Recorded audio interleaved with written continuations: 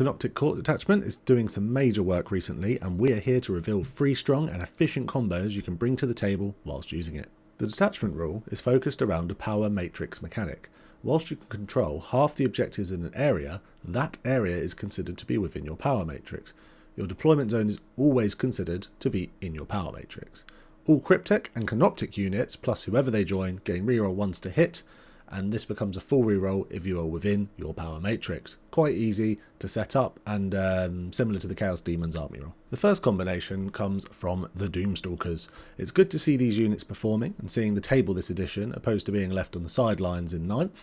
Straight away, their gun is pretty deadly, able to kick out a good number of shots reliably with the blast keyword and being an anti-everything threat. The flat free is not so hot against Terminators, but everything else in the game it is going to shred them. This bad boy will be chilling in your deployment zone, so we'll have a full reroll to hit from the start.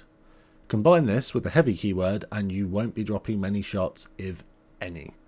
Shifting this beast is also going to be a serious problem for your opponent, as it comes with a 4+ invulnerable save, which you can combine with a spider to grant a 6+ feel no pain on top if you're feeling particularly mean.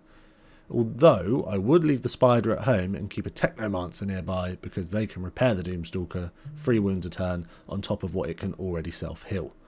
Maybe this could be made even better with a Reanimator. I'm not quite sure on the interaction, let me know below. Finally, for a single command point, you can make it so this unit can't be targeted outside of 12.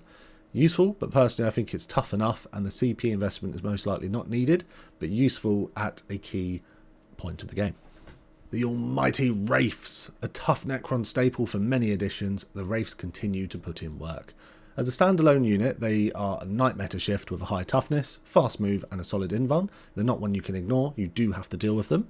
And in Canoptek Court, when a Technomancer joins them, they're not now only ignoring 1 in 3 damage points from the Feel No Pain, but they also have a full reroll to hit, which is not just effective in combat, but on their 3-shot pistols, which cause devastating wounds, which only increases their combat output. Reactive subroutines and countershift will allow them to either push up the board or stay safe as needed, making them a disgusting unit to deal with. You can give them devastating wounds for 2 command points. I think this can be worth it situationally, but personally it's a bit too much of an investment on a unit that doesn't need it. An honourable mention is Curse of the Cryptek. If you pull this off early in the game, one enemy unit becomes easier to hit and wound for the rest of the game, which is only going to further exasperate the damage these guys can put out. Before I move on to explaining some tactics with the Curse strat, the third combo is of course the evil Tesla Necrons that will remove 90% of units from the board. We have an entire video covering it, so check that out after this one. It's focused entirely around the Immortals. Death Star units, or Killer Blobs as Dan has now named them, are a common sight in 10th edition. So having a sacrificial Cryptek to throw at them with the intention of them dying is a Giga Chad move.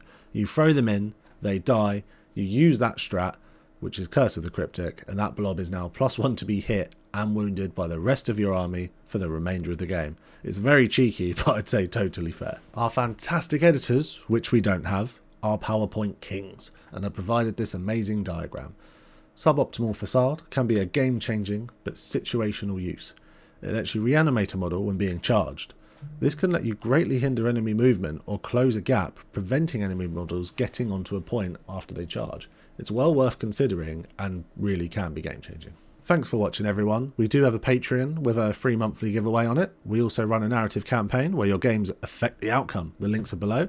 If you stayed to the end, drop the sub or a like or a comment as we want to hit 4,000 by the end of the year. Thanks again all.